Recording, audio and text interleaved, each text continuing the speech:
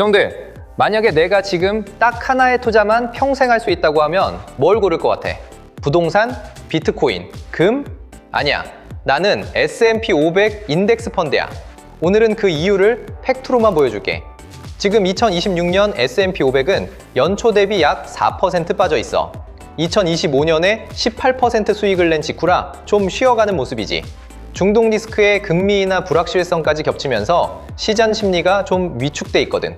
근데 형들, 이런 때일수록 진짜 중요한 숫자를 봐야 해. 첫 번째 근거, S&P 500은 1926년부터 약 100년간 연평균 약 10%의 수익률을 기록했어. 배당 재투자 포함해서 1926년에 100달러를 넣었으면 2026년에 약 200만 달러가 됐어. 200만 달러면 한화로 약 28억 원이야. 100달러, 14만 원짜리가 28억이 된 거지. 물론 100년은 현실적이지 않잖아. 그럼 최근 10년만 보자. 2025년까지 10년간 S&P 500의 총 수익률은 277%야. 연평균으로 따지면 14.2%. 이게 장기 평균 10%보다 훨씬 높은 거거든. 물론 이 기간에도 2020년 코로나 폭락, 2022년 연준 급격한 금리 인상, 2025년 관세 쇼크 같은 큰 하락이 있었어. 근데 매번 회복했어. 이게 핵심이야. S&P 500은 떨어질 때마다 결국 더 높은 곳으로 올라갔다는 거지. 자, 그러면 두 번째 근거로 넘어가 볼게. 이게 진짜 소름 돋는 숫자인데 S&P 500은 역사상 어떤 20년 구간에서도 마이너스를 기록한 적이 단 한 번도 없어. 1928년 이후 모든 20년 롤링 수익률을 분석한 결과야. 최악의 20년 구간이 1929년부터 1948년까지인데 이때조차 연평균 0.6% 플러스였어. 대공황을 정통으로 맞은 시기도 20년 버티면 플러스였다는 거야. 최고 구간인 1980년부터 1999년까지는 연평균 13.2%였고 캐피털 그룹의 분석에 따르면 지난 91년간 S&P 500의 단년도 수익률이 마이너스인 해가 33%나 돼. 3번에 한 번은 손실이라는 거지. 근데 보유기간을 10년으로 늘리면 마이너스 확률이 거의 제로에 수렴해. 시간이 리스크를 녹여버리는 거야. 자, 이제 세 번째 근거. 월가 최고의 전문가들도 S&P 500을 못 이겨. 이건 감정이 아니라 데이터야. S&P 다우존스 인디시스가 매년 발표하는 스피바 스코어 카드를 보면 2025년 상반기 기준으로 미국 대형주 액티브 펀드의 54%가 S&P 500에 졌어. 이게 반년치고 그나마 나은 거야. 2024년 전체로 보면 65%가 졌고 2025년 연간으로는 79%가 S&P 500에 밀렸어. 더 충격적인 건 장기 수치야. 15년 이상의 기간으로 보면 S&P 500을 이긴 액티브 펀드 카테고리가 단 하나도 없어. 90% 이상이 벤치마크에 졌다는 거지. 월스트리트 최고의 두뇌들이 엄청난 수수료를 받으면서도 단순한 인덱스 펀드를 못 이기는 거야. 이건 우연이 아니야. 구조적인 문제지.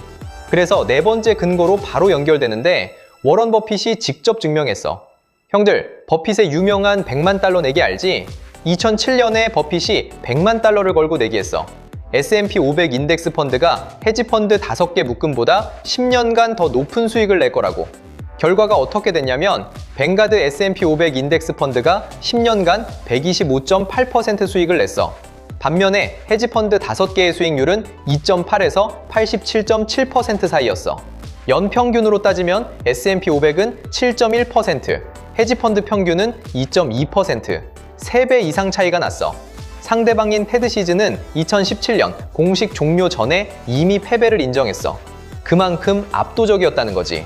근데 여기서 중요한 건 이 내기가 2008년 금융위기 직전에 시작됐다는 사실이야. 2008년에 S&P 500이 37% 폭락했거든. 헤지펀드는 23.9% 하락으로 첫 해에는 이겼어. 근데 그 뒤로 9년 연속 S&P 500이 이겼어. 위기가 와도 결국 시간이 답이었던 거야. 버핏은 아내 유산 관리 지침으로도 90%를 저비용 S&P 500 인덱스 펀드에 넣으라고 했어. 세계 최고의 투자자가 자기 가족한테 S&P 500을 사라고 한 거야. 자, 마지막 5번째 근거. S&P 500 장기 투자의 가장 큰 적은 시장 폭락이 아니야. 바로 너 자신이야. JP모건 연구에 따르면 S&P 500이 연평균 10%를 줬는데 실제 개인 투자자들의 평균 수익률은 2.9%밖에 안 됐어.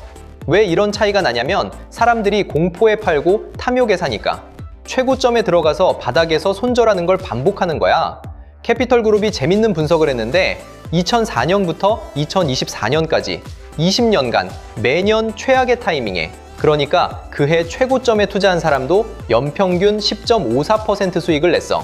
반대로 매년 최저점에 완벽하게 투자한 사람은 12.25%, 차이가 고작 1.7%포인트야. 최악의 타이밍으로도 20년 투자하면 원금의 3배 이상이 되는 거지. 결국 중요한 건 타이밍이 아니라 타임, 시간이야. 시장에 머무는 시간이 시장 진입 시점보다 훨씬 중요하다는 게 데이터로 증명된 거지. 게다가 S&P 500 ETF는 수수료가 거의 없어. 뱅가드 V555 기준으로 보수율이 0.03%야. 액티브 펀드 수수료가 보통 0.5에서 1%인 거랑 비교하면 어마어마한 차이지. 헤지 펀드는 2&20, 관리 보수 2%에 성과 보수 20%를 떼가잖아. LCH 인베스트먼트 연구에 따르면 헤지펀드 투자자들은 1969년 이후 수익의 거의 절반을 수수료로 냈어. S&P 500 인덱스에 그냥 넣었으면 그 돈이 다 내 거였는데 2025년 한 해에만 V555로 170억 달러 이상이 유입됐어.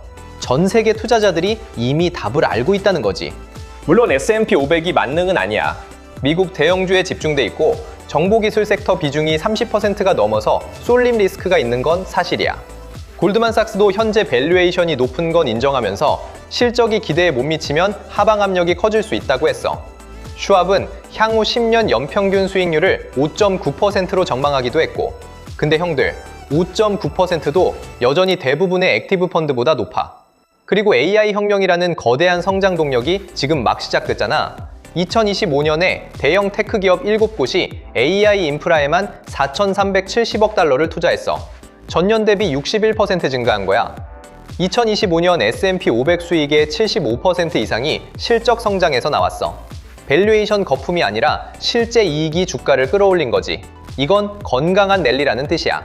자, 그래서 결론이야. S&P 500 장기 투자를 해야 하는 이유를 정리하면 이래. 100년 연평균 10% 수익률이라는 압도적인 트랙 레코드. 20년 이상 보유하면 역사상 단 한 번도 손실이 없었다는 팩트.